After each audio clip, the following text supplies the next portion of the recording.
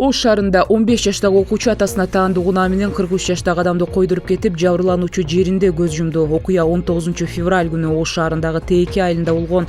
Топтолгон материалдар негизинде окуя Ош шаардык ички иштер башкармалыгы тарабынан кылмыш жана жоруктарды бирдиктүү рейстерине катталып, иликтөө иштери башталды.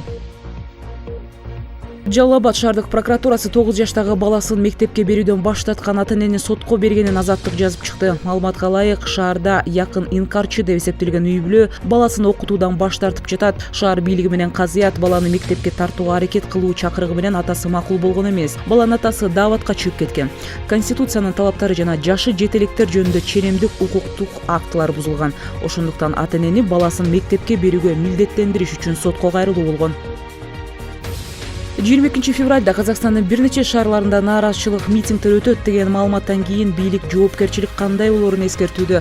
Башкы прокурор социалдык тармактар аркылуу элди митингге чыгууга чакыргандарды чагымчылдар деп атады. Ал эми мурунку министр банкир Мухтар Аблязов жетектеген Казакстандын демократиялык тандоосу кыймылы экстремисттик уюм деп табылганын эскертүүдө. Казак бийлиги нааразычылык митинг өткөрүү үчүн уруксат алуу керек деген мыйзамдарды киргизген. Германиянын Ханау шаарында бейкүнөө өлгөндөрдү эскерүү бүткүл Германия боюнча өтүүдө. Өлкөдө 50дөн ашык шаарлардын жашоочулары пикетке чыгышты. Германия президенти Франк Вальтер Штайнмайер 43 жаштагы адам 9 адамды аткан каргашалуу жерди барып көрдү. Тергөөнүн маалыматы боюнча күнөөсүз адамдарды атып өлтүргөн адам үйүнө келип, 72 жаштагы энесин андан соң өзүн атып өлтүргөн. Штайнмайер бул окуяны террордук зомбулуктун эң каардуу актысы деп атап, коомчулукту мындай аракеттер менен коркутууга мүмкүн эместигин айтып өттү. Ош электронун кызматкерлери пара талап кылууга шектелип кармалды. Бул тууралуу Улуттук коопсуздук комитетинен билдиришти. Маалымат болгондо, компаниянын Ноокат райондук бөлүмүнүн жооптуу кызматкери жана инспектору жергиликтүү тургундан электр энергиясын уурдоо фактысын жашыруу үчүн 283 миң сом талап кылышкан. Анын 50 миң сомун алып жаткан жеринен колго түшүрүлдү. Тергөө жүрүүдө.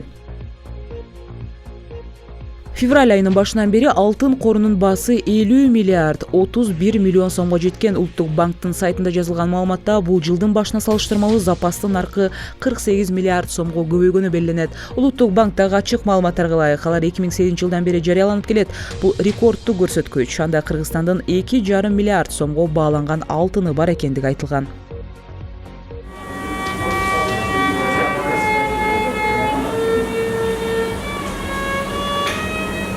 Ал эми Лондондо падышалык колледждин хирургтарына 53 жаштагы Дагмар Тернер аттуу аял өзүнүн операция кылганга жардам берди. Анын мээсиндеги шишигин кесип жатканда дарыгерлер мээнин кайсы жактарында аракеттер жасалып жатканын аныкташ үчүн ал скрипкада ойноп берген. Шишик мээнин сол колунун иштешине жооп бере турган кооптуу жерге жакын жерде жайгашкан. Скрипач аял ал манжалар менен грифти басат.